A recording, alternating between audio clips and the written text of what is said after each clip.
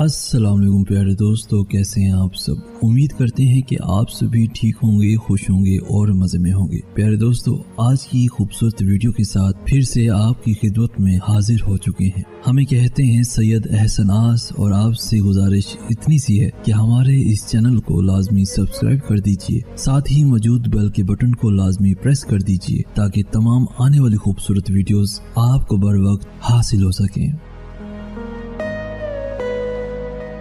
दोस्तों, कुछ लोग अपने लम्हे संवारने की खातिर दूसरों की जिंदगियां बर्बाद कर जाते हैं।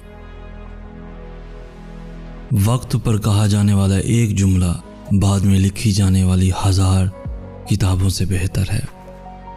ज़मीर मरता है एहसास की खामोशी से।